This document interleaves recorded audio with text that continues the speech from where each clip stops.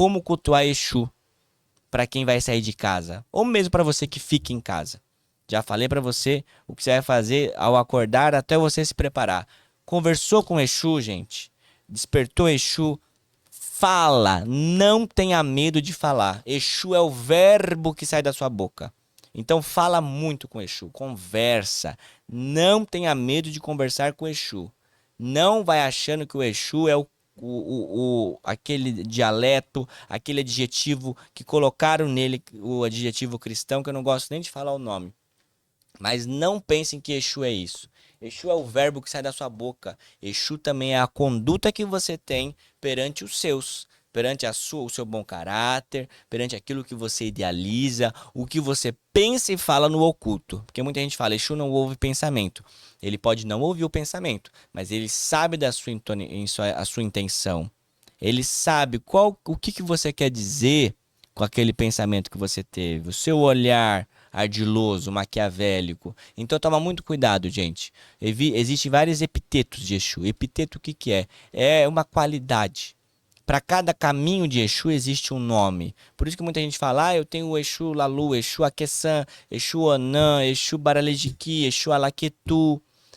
Isso são epitetos de Exu. Que cada Exu tem uma representatividade e cada Exu tem uma questão de serviço. Esse Exu serve para isso, esse Exu serve para aquilo, esse daqui tem uma necessidade para tal coisa, esse vai me trazer caminho, o Exu é lebó, esse vai responder nos ebós que eu faço para os consulentes, para os filhos de santo. Então existem vários epitetos de Exu. Mas o que eu quero dizer com isso para você? Não tenha medo de cultuar o seu Exu. Porque o Exu, quando a gente fala Exu Bara, é o Exu do corpo. É aquele responsável pelo nosso corpo. Entendeu? Então tenha muito cuidado, porque muitas pessoas deixam de louvar Exu por medo. Por medo. Então você não precisa ter medo. Fez todo o processo da manhã, vai conversar com o seu Exu. Se você vai sair de casa, e se você é de candomblé, por exemplo, um dia como hoje, é uma sexta-feira, a gente evita tomar café, evita pegar em dendê, evita comer carne, evita comer coisas que são aversas ao Oxalá, certo? Num dia como hoje, por exemplo, para você que é de candomblé, aí você evita. Mas aos demais dias, pode um pouquinho de dendê em cima de Exu. O dendê é para acalmar Exu. A gente tem esse costume de falar, epa Exu, epa Exu, Laro Exu, Mojubá, né? Cada um saúda da forma que bem entende. Mas a maioria em si, os antigos já falavam epa Exu, ou epa babá. Epa, a palavra epa vem para acalmar, né? A palavra epa significa acalma aí. Epa, epa babá. Calma, papai, né? Então Exu é a mesma coisa. Epa Exu, Exu epa. Bota um pouquinho de dendê ali, depois que você barrufou ele, depois que você despertou, para que ele acalme os seus passos. Para que ele tranquilize. Você tenha passos quentes para dinheiro, mas não rápido para você sair tropeçando em cima de tudo. Porque muita gente tem o costume de falar assim, vou até falar para você de casa, você tem o costume de ouvir por aí afora, você tem que ser rápido, você tem que ser ágil, você tem que ser isso, você tem que ser aquilo. Você tem que ser no seu tempo. Porque o relógio de Exu não se atrasa. Então, no seu tempo, no seu momento, na sua idade, no seu merecimento, pode ser quem for, independente de quem esteja querendo te atrapalhar. Quando Exu quer te dar caminho, não tem ser humano na Terra que faça não acontecer. Então, vá no seu tempo. Passos largos, passos devagar. Sempre vão te levar ao mesmo caminho. Rapidez, se fosse boa, o coelho nunca morreria. Então presta atenção, porque quem caminha devagar caminha sempre. E Exu traz essa lealdade para os seus filhos. Não tenha pressa com Exu, porque Exu tem a perfeição. E a perfeição pode ser você sentado, parado, você ganha uma bênção. Então, gente, preste muita atenção, porque a gente tem esse costume de dizer, a nossa ansiedade fala muito mais alto. E para Exu não tem isso. Tanto que tem casos que já aconteceu em casa, de eu ter um certo compromisso, e Exu falar pra mim assim, não saia. Às vezes num jogo de 4 búzios, né, que é um jogo de confirmação ali na hora, como na intuição. Como a gente vive em comunhão, o sagrado fala com a gente através da nossa intuição. Porque é a comunhão, é a sua prática diária ali que vai fazer você chegar onde você quer. Então Exu falar pra mim assim, não saia agora. Espere mais um pouco. Venha confirmar daqui 2 horas. passa 2 horas. Já tive que explicar o porquê do que eu vou atrasar. Dali 2 horas, fala, agora você pode sair. E no meio do caminho eu descubro, ou não.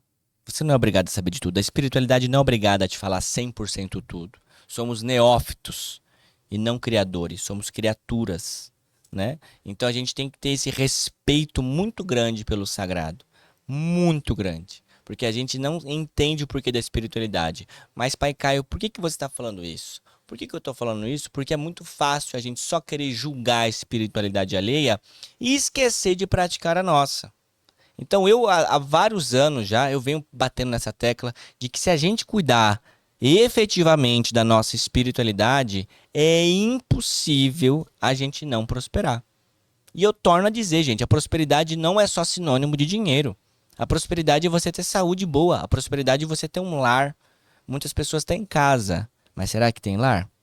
Porque lar é uma coisa, casa é outra. Tem gente que não tem casa própria, mas tem um lar maravilhoso. Tem gente que tem casa própria e não tem paz, não tem um lar dentro de casa. Então isso é relativo. Ter dinheiro não é sinônimo de felicidade, mas quem sabe conduzir o dinheiro tem felicidade. Então são coisas que Exu faz a gente poder entender e é uma das coisas muito importantes também para a gente poder saber. Como cultuar essa divindade? Como que eu posso cultuar? Pai Caio, tem como eu cultuar Exu? Tem, já cansei de falar isso para as pessoas lá no Spotify e em algumas publicações minhas. A diferença, gente, é que vocês querem rapidez.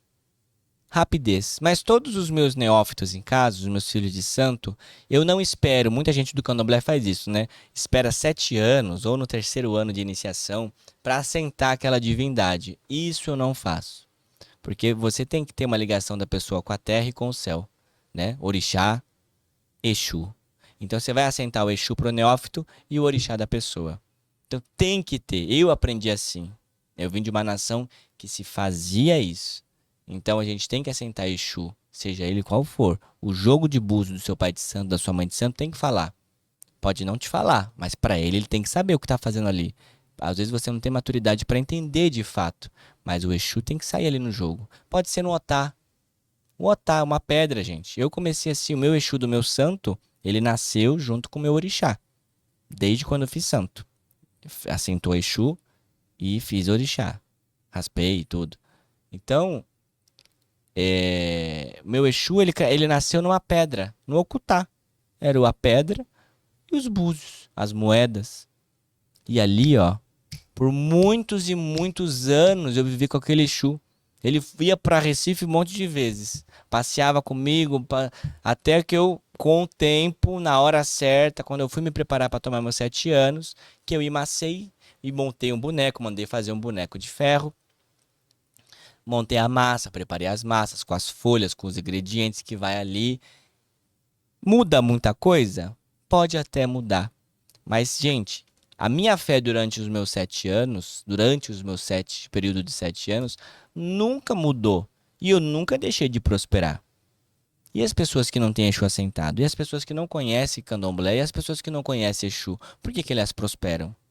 Exu não é válvula de escape. Ela não é. Exu não é o seu capangueiro que você vai mandar e ele vai ter que obedecer. Exu é o equilíbrio seu aqui na Terra. Então, ter um Exu assentado vai te facilitar algumas coisas? Depende da sua comunhão. Se você for uma pessoa que faz de coração, porque não adianta você querer dar só querendo receber. Você tem que dar sem esperar nada em troca. E esse desapego é que vai fazer a espiritualidade te conceder bênçãos.